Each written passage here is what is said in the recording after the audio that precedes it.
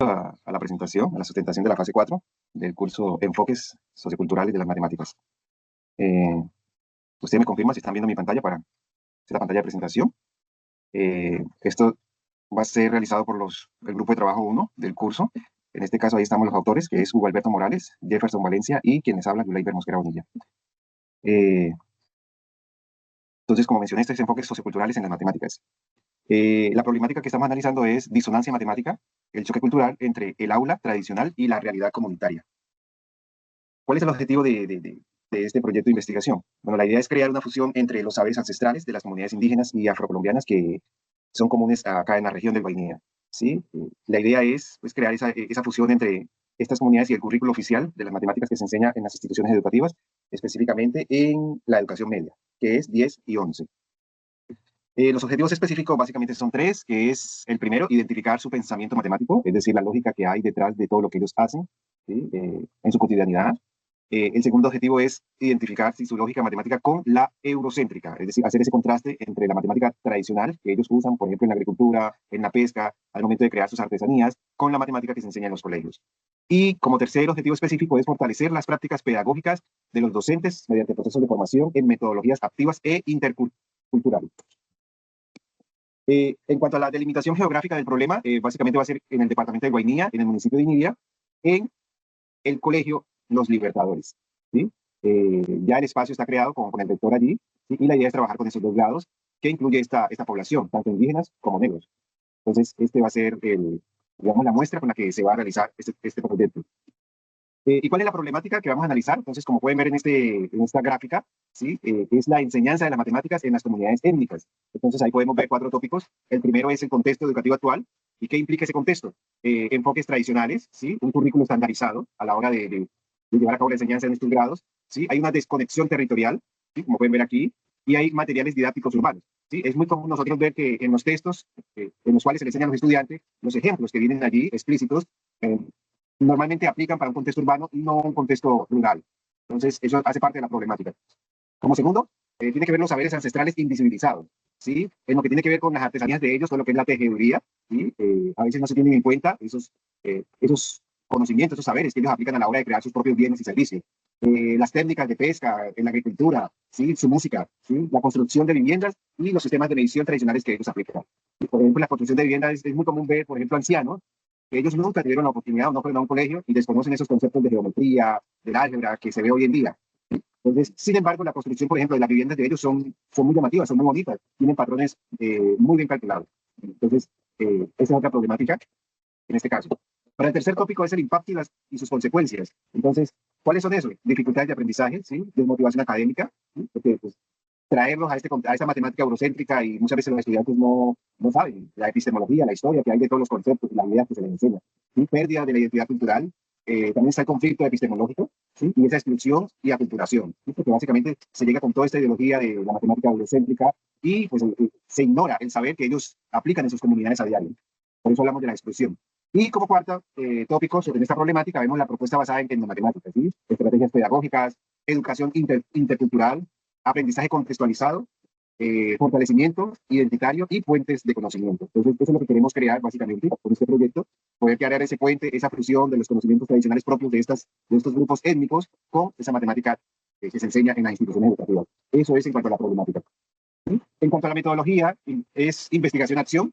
Se va a aplicar un diagnóstico. Ese diagnóstico, pues vamos a identificar las prácticas socioculturales que implican los tejidos, sus cultivos, los juegos tradicionales, ¿sí? Y en general sus oficios presentes en esas comunidades. En cuanto a la planificación, está el diseño de estrategias didácticas que conecten estas prácticas con los contenidos curriculares. ¿Sí? Entonces, todos esos conceptos como geometría, fraccionarios, secuencias, cómo ellos lo pueden aplicar en su vida cotidiana, ¿sí? Que tienen un uso muy práctico. ¿Sí? Ahí es donde vamos a crear esa conexión, esa fusión. La otra metodología tiene que ver con la acción, ¿sí? Es la ejecución de las estrategias propuestas en el aula de clases, con los estudiantes de este grado, 10 y 11. Y finalmente hacer una evaluación y una reflexión, ¿sí? Y donde vamos a hacer un análisis de los resultados de esta intervención que se va a realizar con este grado. Bueno, eso era todo en cuanto a la primera fase, ¿sí? De la metodología. Ahorita seguimos con el compañero Hugo Morales, que nos va a explicar la siguiente parte. Adelante, compañero. Bueno, continuando con lo que acaba de presentar mi compañero, pues a mí me corresponde explicar cómo pensamos desarrollar la investigación. En primer lugar, elegimos lo que es un enfoque cualitativo. ¿Por qué? Porque nuestro interés no es quedarnos solamente con cifras o los resultados de una prueba. Lo que queremos es comprender lo que ocurre en el contexto, es decir, cómo viven los estudiantes la matemática, qué saberes están presentes en la comunidad y qué significado tienen estas prácticas para ellos. Por ejemplo, el compañero lo comentaba, una comunidad, cuando una comunidad pesca, cultiva, navega o construye una vivienda, también ahí aparecen formas de medir, de contar, de ubicar, de comparar, de resolver problemas. Entonces, este enfoque nos permite escuchar esas experiencias, interpretarlas y de alguna manera reconocer que las matemáticas también se construyen fuera del salón de clases. Siguiente diapositiva, por favor.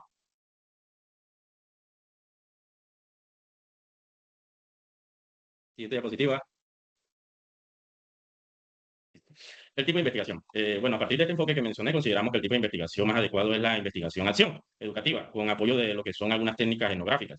La investigación-acción, pues, es pertinente porque no queremos observar el problema desde lejos y dejarlo de igual. La idea es comprenderlo, proponer una intervención pedagógica, aplicarlo en el aula y después revisar qué funcionó y qué necesita mejorarse.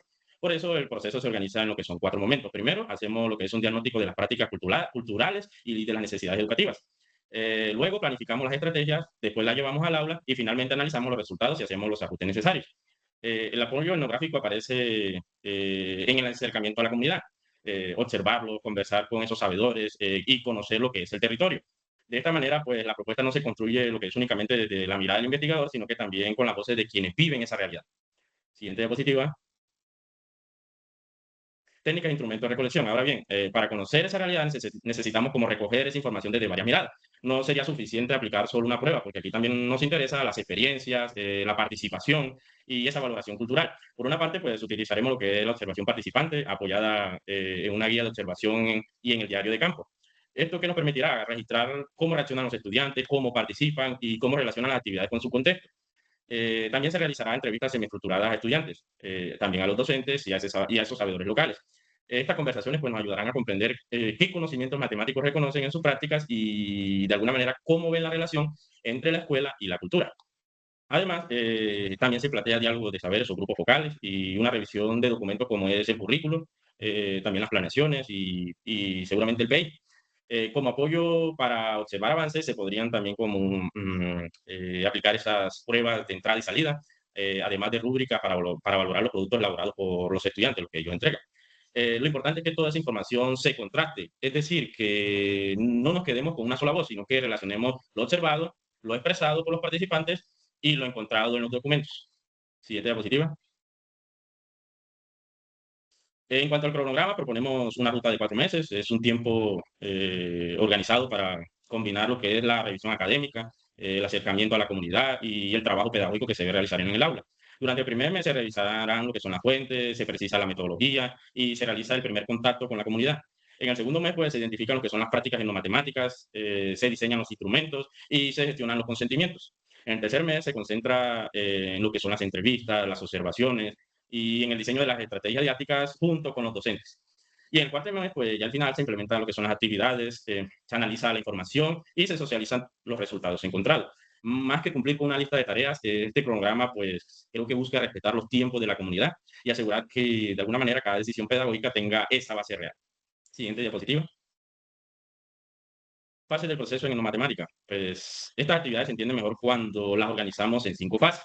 La primera es la fundamentación, donde revisamos la literatura y afinamos el diseño metodológico. La segunda, pues, es la inmersión comunitaria, que corresponde al encuentro con líderes y esos sabedores y los participantes también. La tercera fase, pues, es el análisis y el diseño pedagógico. Ahí se organizan lo que son los saberes encontrados y se piensa cómo estos saberes pueden dialogar con los contenidos matemáticos escolares. La cuarta fase, pues, corresponde a lo que es la fase de implementación en el aula, acompañada de la evaluación de los aprendizajes y de la participación de los estudiantes. La quinta fase es la socialización. Este es un punto muy importante porque la información no debe quedarse solamente en ese trabajo académico. También debe regresar a la comunidad de una manera que sea, no sé cómo explicarlo, como respetuosa y comprensible. En otras palabras, el proceso parte del territorio, llega al aula y vuelve nuevamente a la comunidad. Siguiente diapositiva. Bueno, para terminar lo que es mi parte, quiero explicar hasta dónde puede llegar la investigación y qué aspectos debemos manejar con mucho cuidado. El estudio tiene un alcance descriptivo y propositivo. ¿Qué quiere decir esto? Es descriptivo porque busca comprender la relación entre cultura, currículum y aprendizaje. Y es propositivo porque pretende diseñar estrategias didácticas que integren esos saberes ancestrales y fortalezca tanto el aprendizaje matemático como la identidad cultural. Sin embargo, también hay limitaciones y una de ellas es la lengua, porque algunos conceptos matemáticos pues, no tienen una traducción directa a esa lengua. También existen saberes reservados o esos saberes sagrados que solo pueden abordarse con autorización de las autoridades o con los líderes comunitarios. Además, los resultados no se pueden generalizar a todas las comunidades, porque cada territorio tiene su propia historia y su propia manera de comprender el mundo. Aún con esas limitaciones, el valor de la propuesta está en abrir una ruta de enseñanza más cercana con el territorio. No buscamos presentar una solución única, sino como demostrar que las matemáticas escolares pueden dialogar con la cultura y con las experiencias de los estudiantes. Con esto termino la parte metodológica del proyecto y pues doy paso a mi compañero, quien continuará con la justificación y los fundamentos teóricos de la propuesta.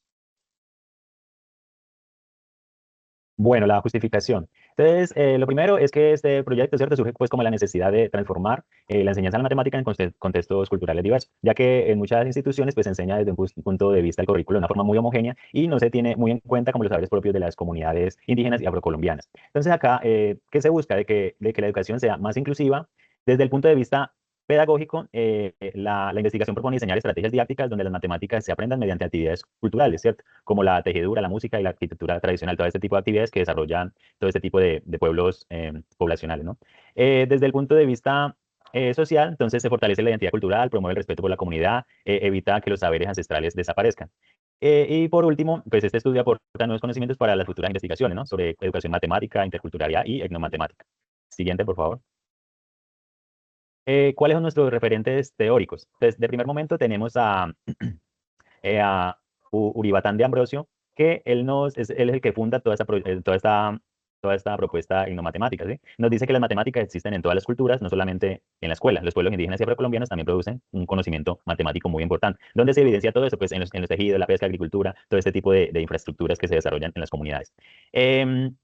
Como segundo referente tenemos a Vygotsky, que es el que nos dice de que el aprendizaje ocurre mediante la interacción con otras personas y con el contexto. Y por eso dice que las matemáticas se aprenden mejor cuando parten de las experiencias cotidianas del estudiante, propuestas desarrolladas desde el propio contexto. Tenemos a Paulo Freire, que aunque no se cita de forma explícita, la pedagogía crítica sobre la cual se basa toda su teoría, pues se apoya en el marco teórico de todas las personas aquí nombradas. Por último, tenemos a Boaventura de Santos, que es el creador de la epistemología del sur y propone reconocer que existen múltiples formas válidas de producir conocimiento y que los saberes ancestrales tienen el mismo valor que el conocimiento científico, ya que muchas veces pues, como se tiende a sobrevalorar este tipo de conocimiento. Siguiente, por favor.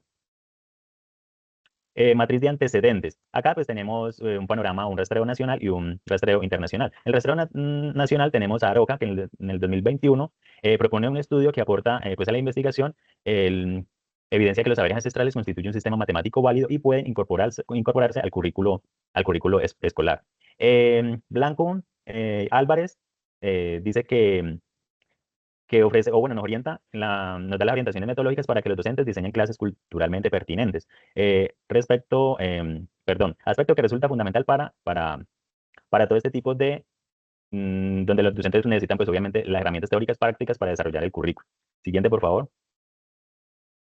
Chihuazuke en el 2013, su objetivo fue describir las unidades de medida utilizadas en las actividades agrícolas. Entonces, para ello empleó una metodología etnográfica basada en cartografía social y trabajo con líderes comunitarios. Y como resultado, se obtuvo una muestra de que las formas tradicionales de medición continúan vigentes y pueden ser utilizadas como recurso para fortalecer la educación matemática intercultural.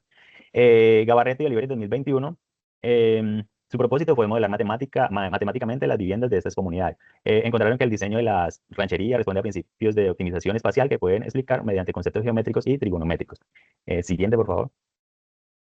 Y por otra parte, pues tenemos los rastreo internacional, donde López, en 2026, mediante una investigación etnográfica, demuestra que los conocimientos matemáticos mayas siguen presentes en las actividades agrícolas actuales. Entonces, también, por último, tenemos a Morocho, que su principal conclusión es que los mayores obstáculos son la falta de formación docente y la rigidez de los currículos escolares. Siguiente, por favor.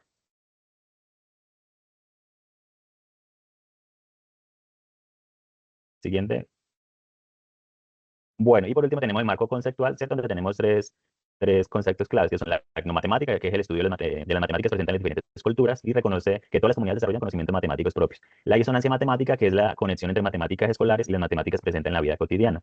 La descolonización matemática, que busca la enseñanza de las matemáticas, no depende exclusivamente de la visión eurocéntrica, sino que incorpore y valore los conocimientos ancestrales, ¿sí? Y con esto pues damos como por terminada nuestra presentación, sustentación del trabajo. Muchas gracias.